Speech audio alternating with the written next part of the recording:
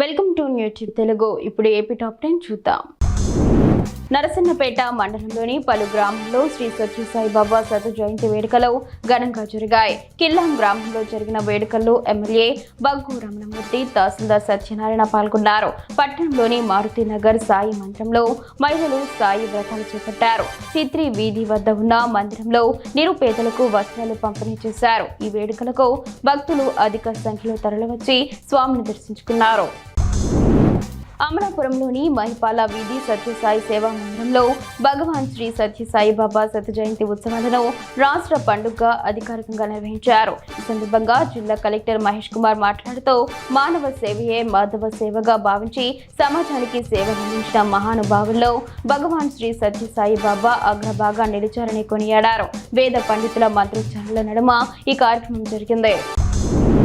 పొన్నూరు పట్టణంలోని Saint Thomas Kerala English medium high school విద్యార్థులు NCC day సందర్భంగా దేశభక్తి, సేవాభావం పెంపొందించే లక్ష్యంతో ర్యాలీ నిర్వహించారు. ప్రిన్సిపల్ రోజ్ థామస్ మాట్లాడుతూ ఎన్సీసీ క్యాడర్ తరపున ఈ ర్యాలీ నిర్వహిస్తున్నట్లు తెలిపారు. సేవాభావానికి నిర్దిష్టంగా వృద్ధాశ్రమంలో అల్పాహారం అందించారు. ఈ కార్యక్రమంలో పీఈటీ అర్జునరావు కూడా పాల్గొన్నారు.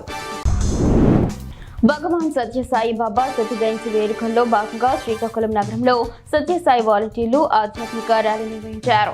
అరసవెల్లి జంక్షన్ నుండి సూర్యమహల్ మీదుగా డాక్టర్స్ కాలనీలోని సాయి బృందావనం వరకు సాగిన ఈ ర్యాలీ సత్యసాయి ప్రేమ తత్వాన్ని చాటింది. సాయి బృందావనంలో జిల్లా కలెక్టర్ స్వప్నిల్ దినకర్ పున్కర్ చేతుల మీదుగా కేక్ కట్ చేసి వేడుకలను లాంఛనంగా ప్రారంభించారు. ఈ సందర్భంగా అన్న వితరణ, వైద్య శిబిరాలు కూడా నిర్వహించబడతాయి. మౌంతా తుఫాను ప్రభావంతో కురిసిన భారీ వర్షాలకు ఉప్పలగుప్త మండలం పరిధిలోని వరి చేలు నీట మునిగాయి. స్థానిక రైతు శివశంకర్ మాట్లాడుతూ డ్రైనేజ్ సమస్య కారణంగా ముంపు నీరు ఇంకా దిగకపోవడంతో తదుపరి పంట వేసుకోవడానికి వీలు లేకుండా పోయిందని, దీంతో రైతులు తీవ్ర ఇబ్బందులు పడుతున్నారని తెలిపారు. సంబంధిత అధికారులు స్పందించి సమస్యలను పరిష్కరించాలని ఆయన కోరారు. విజయవాడ సెంట్రల్ నియోజకవర్గం 60వ డివిజన్ బాంబే కాలనీలో కలెక్టర్ లక్ష్మీసే డ్రగ్స్ వద్దు బ్రో, సైకిల్ తొక్కు బ్రో కార్యక్రమాన్ని ప్రారంభించారు. ఈ సందర్భంగా కలెక్టర్ మాట్లాడుతూ యువత డ్రగ్స్ బారిన పడకుండా తల్లిదండ్రులు పిల్లల విషయంలో జాగ్రత్త వహించాలని సూచించారు. డ్రగ్స్ ను పూర్తిగా తరిమి కొట్టాలని ఈగల్ టీం కృషితో జిల్లాలో డ్రగ్స్ రహితంగా మారుస్తామని కలెక్టర్ తెలిపారు. శ్రీకాకుళంలో శ్రీ సత్యసాయి బాబా 100వ జయంతి ఉత్సవాలు అత్యంత భక్తి శ్రద్ధలతో వేడుకలతో ఘనంగా నిర్వహించారు. ఉదయం నుంచే భజనలు, సేవా కార్యక్రమాలు, ప్రత్యేక పూజలతో ఆధ్యాత్మిక వాతావరణం అలముకుంది. స్థానిక భక్తులు, సేవాదళ సభ్యులు, యువత పెద్ద సంఖ్యలో పాల్గొన్నారు. ఈ సందర్భంగా జరిగిన శోభయాత్రలో శ్రీ సత్యసాయి బాబా జీవన సందేశాలు, సేవా సిద్ధాంతాలు ప్రతిబింబించేలా అలంకరించిన రథాలు అందరినీ ఆకట్టుకున్నాయి.